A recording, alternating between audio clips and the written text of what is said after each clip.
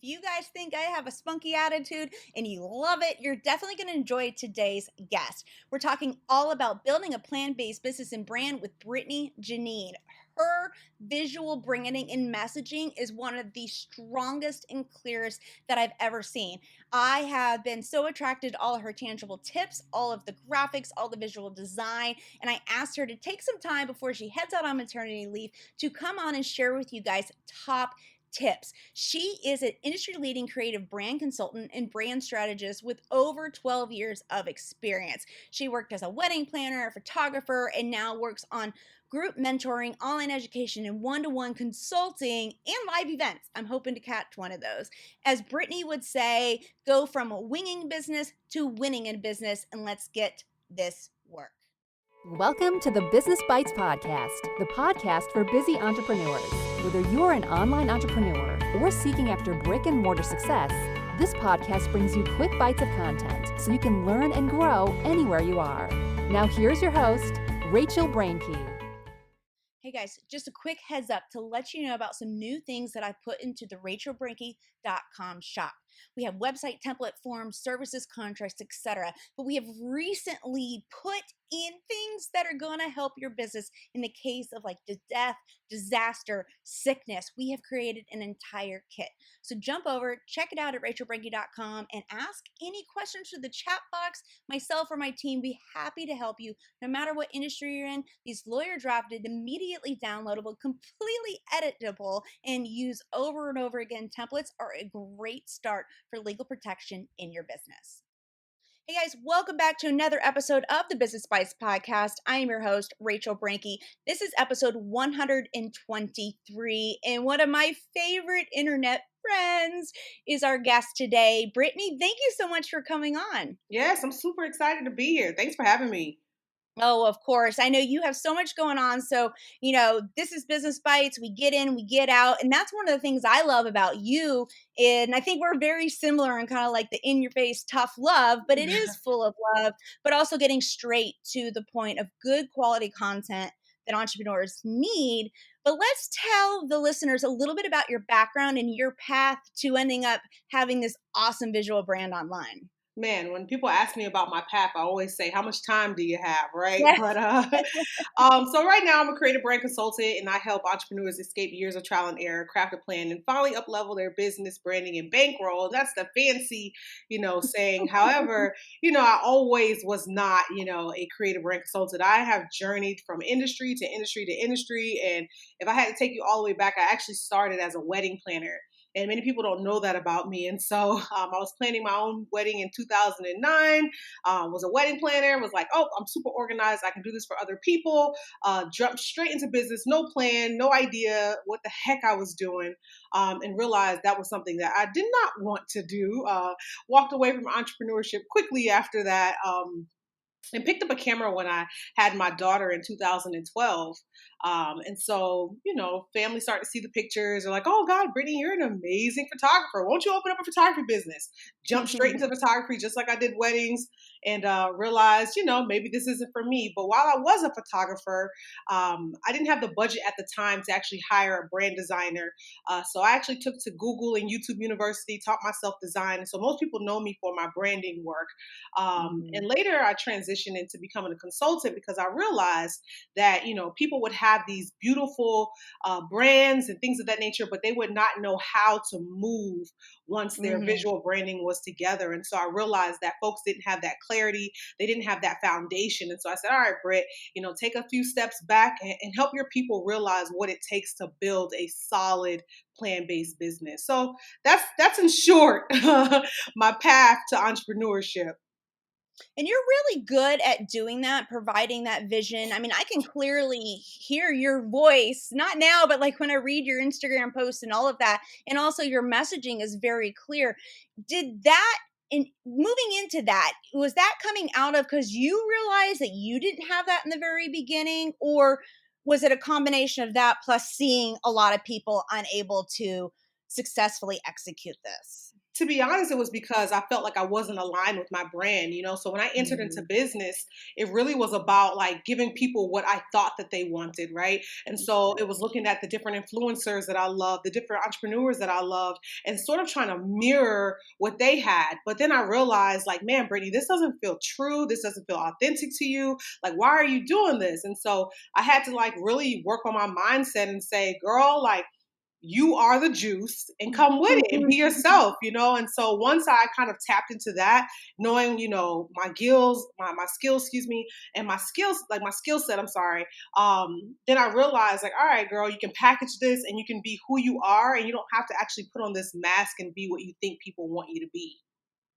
You know what I love about the way that social media has changed over the years is I feel like right now we're able to be a bit more authentically us. And I kind of hate that buzz phrase, but Hmm. like we don't have to hide. We don't have to wrap it in sparkles. We can have the spunky attitude and the tough love in teaching people. Yeah, for sure. And I think that, when we first started in this social world, it didn't always feel that way, And so Mhm. I think it takes, confidence to actually get to a point where you actually can take off that mask and say, hey, like, this is what you got, this is who I am. Mhm. And so, yeah, for sure. I'm glad to see more people kind of, telling their real stories online. And, every day isn't a great day. And it's okay to share that because then you allow people to be human that follow you and say, all right, it's okay for me to fall a little bit, but I can stand back up tomorrow.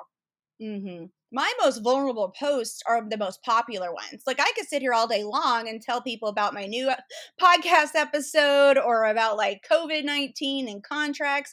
They don't really, I mean, they care, but they don't really care because it's a Yeah. heart connection thing, right? Yeah. We're all humans at the core of it. So, what was that your hardest lesson in entrepreneurship? Was the messaging and being unable to be authentic and feel like you weren't being true to yourself? Or did you have something else that was really hard lesson that you learned in your path? Girl, that's one of, business is full of hard lessons, right? But, Mhm. I think one of the lessons that I learned that it took me a while to get there was like everyone's not for me. And so Yeah. I'm sort of this people pleaser. I've kind of been born that way, I guess, and I've always wanted everybody to like me, everybody to get me, right? And so, when folks didn't, it really was like devastating for me. Like, what in the world? Why? What did I do? And so Mhm. I had to get to a point where I realized, like, Britt, you are not for everybody, and that is totally okay. But the people that are for you, they're ready, and they're ready for you to serve Mhm. them. And so Mhm. when I got over that, I realized that I could actually spread my gift into the world a lot harder, a lot stronger, a lot faster because I didn't care about, being that thing for everyone. It didn't matter because I had this unique group that I say that was assigned to me. So, that's another hard lesson just because I'm naturally a people pleaser. And so, Mhm.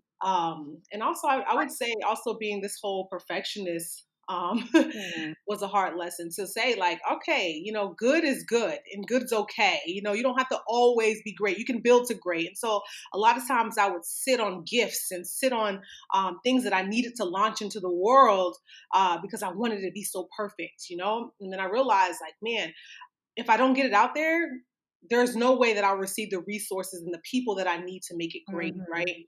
And so, yeah, girl, lots of hard, Lots hard of lessons. lessons. Yes.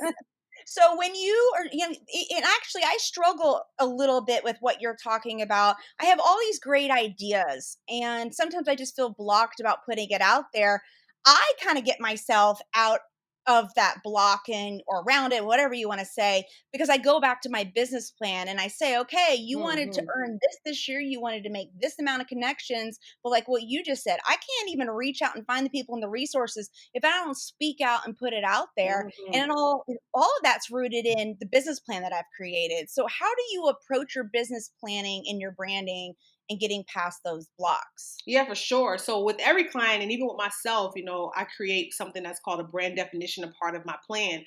And that's your what, why, how, and who, right? But I also just Mhm. recently added the who not, right? It's important that we Mm. understand, what we do, why we do it, how we do it differently, who we do it for, and who we are not going to do it for, right?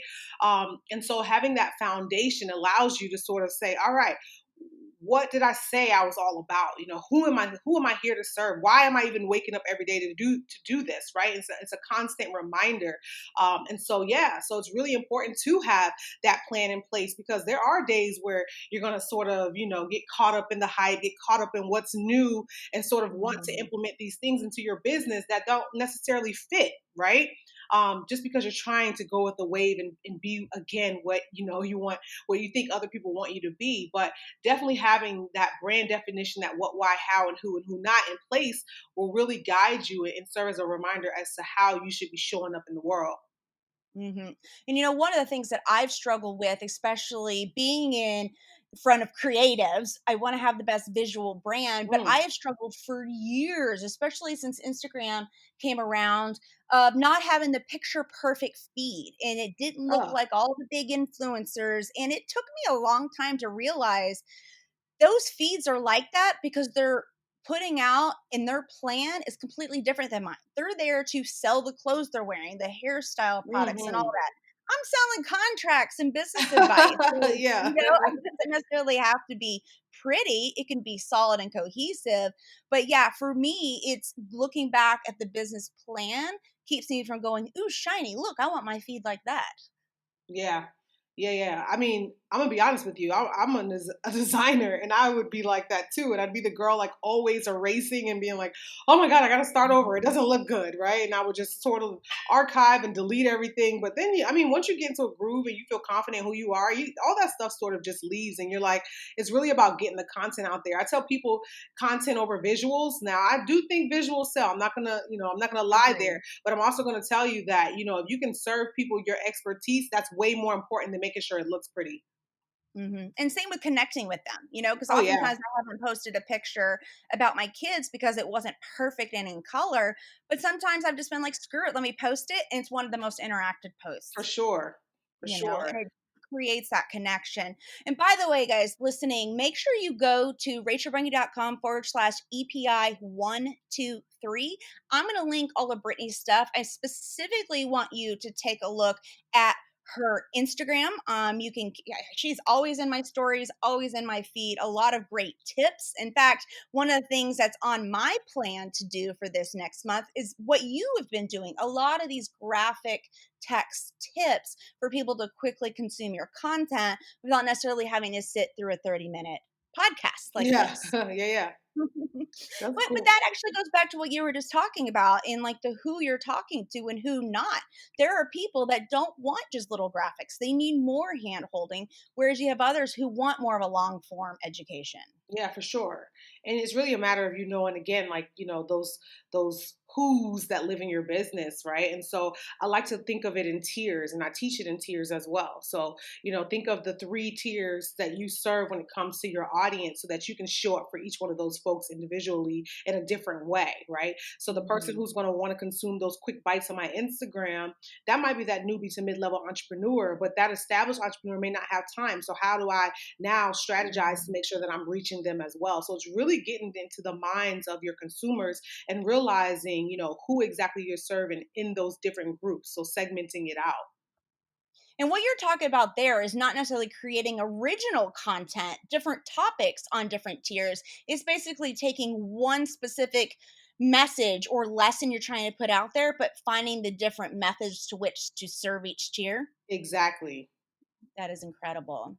Mind blown. I love it. Well, because I've always been one of those that like can get very narrow focused and go, okay, if I'm gonna do videos, I have to only do videos. And it's like, why? Why would you not turn around and take some snippets out of the video Yeah. and make it a quick graphic? Heck yeah.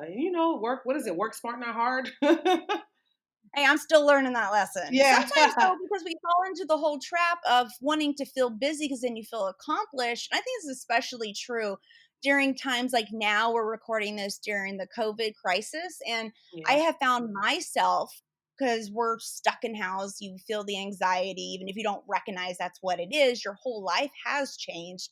Even if you're healthy, it's not saying like that we're all like depressed and ungrateful, but you do have stressors. And I have found that I either have days I want to do nothing or I've been filling it with these mundane business tasks. So, what have I been doing? I've been going back to my business plan or going to people's feeds like yours and going, okay, what are they doing that I like and how can I adapt that. Yeah, for Not sure. steal it, but adopt it. Yeah, I love that. I love that. And it's good to have that wake up call and sort of to like step back and reassess and then move back into your new plan, if that makes sense. And so yeah, that's totally cool. Can you think of any other tips for when people are sitting down? Maybe think of someone that is entry level. They're either just now wanting to start a business since they're sitting at home and don't have employment, or they're in the first few years of business and they feel completely lost on how to mesh. And I guess we kind of already answered this, but how to mesh creating the actual business plan with like the who, the what, the who not in the brand they want to have. I mean, you have some little like guidance and direction on that? Because I think some people may be sitting there going, okay, great, I could fill that out, but I don't even know who it is I want to serve.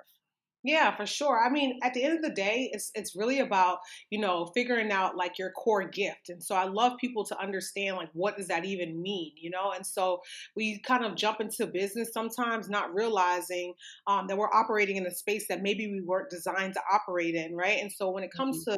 to, establishing your core gift, it's like, okay, no matter what I'm doing, no matter where I am, what's that talent or that gift that seems to always show up no matter what, right? And so just to use myself as an example, earlier I talked about starting in wedding planning, then moving to photography, and then branding, and then consulting, right? This whole journey. But no Mhm. matter what I was doing, the gift of transforming ideas into real tangible outcomes was always the gift that showed up for me. So in terms of like wedding planning, yep, somebody came to me with an idea, I could make it tangible, right? With photography, somebody came to me with an idea, I could make it tangible, and the list goes on in terms of branding and consulting as well, right? And so before you jump into even trying to develop this whole, plan, your what, why, how, and Mhm. who, really tap into figuring out what is that core gift of yours that no matter what you're doing will always show up, no matter what industry you're in will always show up, right? And so that's really, really important. Now, once you get, your core gift established and you're rooted in that, at that point, you're now saying to yourself, okay, now how am I going to serve this core gift to the world? How, am I Mhm. going to actually make it different? Who is that gift for? And so a lot of times, I feel like folks, we're jumping into business, we're jumping into branding and marketing and telling the world about what we're going to do, but we haven't really gotten to the root of, what that gift that we have really is. I love that because I remember when I was first starting out and I worked with a brand designer and it was so focused in on colors and the psychology of colors. And they were like, you can't have monochromatic branding. And finally, I was like, screw it. I mean, because to me, I was like, that's the color I like. That's what my whole wardrobe is. It makes it easier for appearances, etc. But then I was able to focus more on getting into the messaging. I just think it's funny that sometimes people hear brand and they think, and not to say that colors and fonts and all that don't have an element of psychology to it, but I Yeah. like how you approach the branding with the core gift aspect and the planning with the core gift because is something that really resonates for me that I'm going to now use moving forward. Anytime I sit down to create or have an idea of something, is does it align with my core gift and my Yeah. existing plan? Because I can get distracted super easily, and I think many entrepreneurs do. I mean, like your journey is not. Um, well, it's I've seen it a lot. A lot of very successful people have gone through very different industries, and it's all about evolution and growth. And many times people don't want to quit and move to a different entrepreneurial position because they're afraid that it's giving up. But I actually think that you gain a lot of insight and understanding into developing the entrepreneur you're supposed to be. And that sounds so cliche, blah, blah, blah. But like you were saying, you have a core gift that you can then see in all these different industries. And the different industries that you're in, if that one core gift is static, it becomes even more clear and apparent to you. Yeah, for sure. All right. Well, Brittany, thank you so much for your time on this. Do you have any last tip we can leave with our audience today so they can go out and create a plan based business and a solid brand? Yeah, for sure. I mean, I think that, and this is gonna sound cliche too, but I like to tell everybody to watch your mouth and watch your mindset when it comes to Mhm. business, And so at the end of the day, the words that you speak, they matter. The thoughts that you think, Mhm. they matter, And so when it comes to building your business or your brand, it's important for you to like not speak negativity in the world, not think about negative thoughts, because that stuff will funnel into your business. And then you won't have the ability to serve your people in the way that you want to serve, right? The other thing that I wanted to say as well is that clarity comes before design, okay?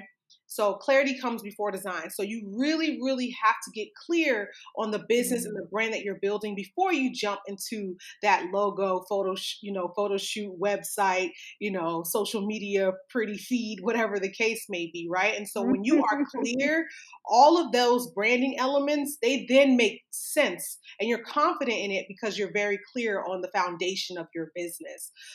So yeah, definitely watch your mouth and your mindset and remember that clarity comes before design. Man, watch your mouth. That's what my mom still tells me now. And now I've got an expert telling me that too. I love it. Well, thank you so much, guys. Make sure you jump over to rachelbrenke.com/EPI123 and also get into the Facebook community. We'll have a thread specific to this episode. You guys can share your brand, get insight from other entrepreneurs that are also trying to do this entrepreneurial thing. Good luck, and I'll talk to you guys next week. Thanks for joining Rachel on this episode of the Business Bites. For show notes, a list of recommended tools, or referenced episodes, you can find them at businessbitespodcast.com. Until next time.